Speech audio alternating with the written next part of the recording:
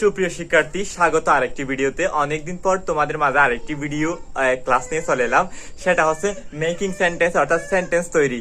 আমরা অনেকে সেন্টেন্স তৈরি করতে পারি না, তাই আমরা কোনো কিছু প্যারাগ্রাফ রচনা এবং কমপ্লিটিং স্টোরি আমরা নিজেরা লিখতে পারি না। আজকে আমি প্রাথমিক এবং উচ্চ মাধ্যমিক সহ ছেলে মেয়ে অর্থাৎ স্টুডেন্টদের জন্য কিভাবে বাক্য তৈরি করতে হয় সেই প্রসেসটা দেখাবো। এবং আমি এখানে দুটি লাইন লিখেছি, এই লাইনগুলো আমি ইংরেজি করব, এছাড়া আরো অনেক কিছু করব, তোমরা লক্ষ্য করো। আমি এখানে লিখেছি তার নাম আহসান। তার নাম আহসান, মনে করো সে একটি ছেলে, তার নাম। তাইলে আমি এটাকে ইংরেজি করব his name, NAME, name is Ahsan, AHSAN, Ahsan. একটা বাক্য হয়ে গেছে। তারপর হচ্ছে সে গান গাইতে ভালোবাসে। তাইলে হি সে অর্থ হচ্ছে হি, যেহেতু ছেলে এজন্য হি হয়েছে। যদি মেয়ে হতো তাহলে সে হতো গান গাইতে ভালোবাসে। C loves, LOVES। এখানে এস হয়েছে কারণ সাবজেক্ট যদি থার্ড পারসন সিঙ্গুলার নাম্বার হয়, মানে একজন হয়, তাহলে বারবার সাথে এস বাই এস যুক্ত হয়, এজন্য এস যুক্ত হয়েছে। হি লাভস, সে ভালোবাসে, টু সিং, SI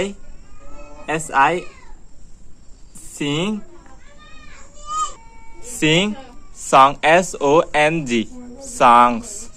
এখানে যেহেতু হঠাৎ বিদ্যুৎ চলে যাওয়াতে একটু অস্পষ্ট হচ্ছে, তোমরা বুঝে নেবে। তো আমি এর পরে বাক্যটি ছিল হচ্ছে সে গান গাইতে ভালোবাসে, এই জন্য হবে হি লাভস, সে ভালোবাসে, টু সিং, গাইতে, সং, কি, গান। বিদ্যুৎ চলে এসেছে, এই জন্য আমি আবার ভিডিও তৈরি করতে শুরু করলাম। আমি আবার তোমাদের দেখাচ্ছি যে বাক্যগুলো লিখেছি ওগুলো কেমন। হিজ নেম ইজ আহসান, এটা তো বুঝেছো, তার নাম হচ্ছে আহসান। তারপর হচ্ছে সে গান গাইতে ভালোবাসে, এই জন্য হবে he loves to Singh song. তাইলে মানে হি লাভস, সে ভালোবাসে, টু সিং সং, কি, গান গাইতে। সিং মানে গাওয়া, সং মানে হচ্ছে গান। এরপর হচ্ছে সে গ্রামে বাস করে। একদম প্রাথমিক গুলো আমরা লিখাচ্ছি। হি লিভস, LIVES, মার্কারে কালিয়ে চলে গেছে। লিভস, এখানে এস হয়েছে ঠিক কিসের মতো, এটার মতো, কারণ এখানে হি, এটা হচ্ছে third person singular number. He lives, সে বাস করে কোথায়, he lives in village, IN in VILLAGE, he loves in village. বারবার লাভস বলে ফেলে, এটা lives. He lives in village, সে গ্রামে বাস করে। তার বাবার নাম করিম, তার বাবার নাম হচ্ছে করিম। তাইলে হিজ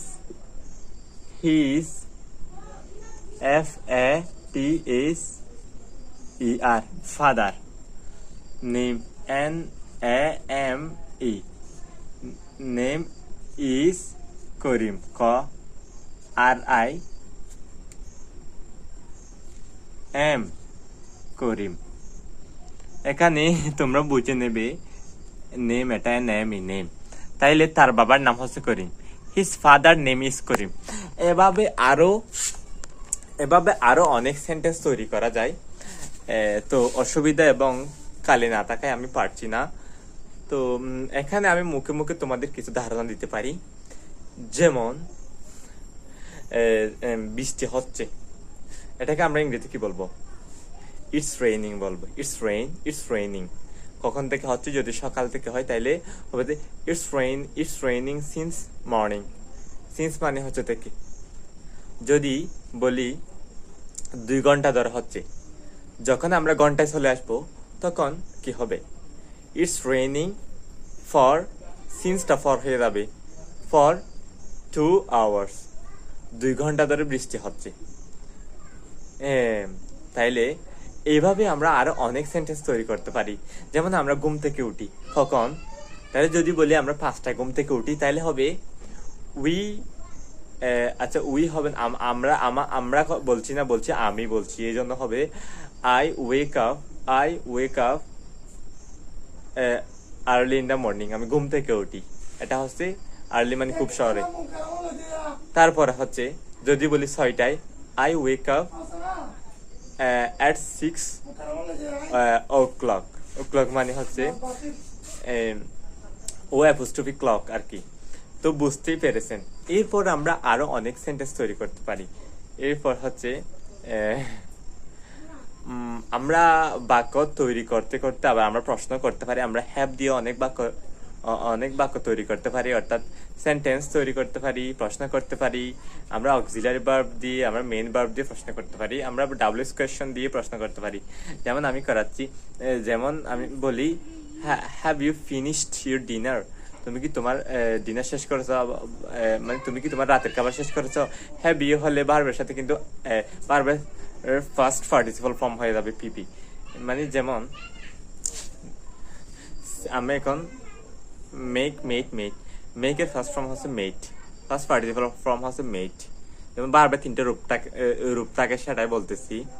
তো এভাবে আরো অনেক কিছু করা যায়, এবং সেই সাথে তোমাদের ভোকাবুলারি অনেক শিখতে হবে। ভোকাবুলারি বলতে শব্দ ভান্ডার, ওয়ার্ড মিনিংও বলা যাবে, শব্দার্থ।